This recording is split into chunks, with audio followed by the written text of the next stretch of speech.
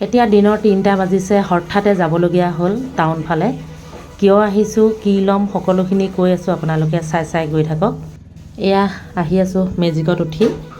প্ৰথম মেজিকৰ পৰা নামিয়ে এইফালে চাওকচোন, হালধি লৈছোঁ 100 টকাৰ, কেঁচা হালধি দেই, কেজি আকৌ 90 টকা বোলে। মই বোলো 80 টকা লওক বুলি ক'লোঁ। তাৰ পাছতে আহিলোঁ কাঁহী বাতি কেইটামান বজাৰ কৰিলে। আচলতে গিলাচ চামুচ কমি গৈছে হোটেলত, সেইবাবে কেইটামান বোলো লৈ লওঁ।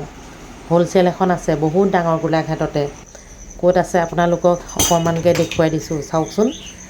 মানে গোলাঘাট এৰেঙা পাৰফালে আহিব লাগিব, বহুত ডাঙৰ হ'লচেলৰ দোকান। লৰালৰিকৈ আহিছোঁ, সিফালে আকৌ বৰষুণ দিছে। মেজিকত উঠিয়ে খাই আছোঁ জ্বলা চানা। বৰষুণ দিলে জ্বলা চানা খাই বৰ ভাল লাগে, চাবচোন। যি কি নহওক, পাছফালৰ মানুহজনে দুই এষাৰ কথাও পাতি আছে মোৰ লগত। ময়ো কৰি আছোঁ, যিহেতু জ্বলা চানা খাই আছোঁ।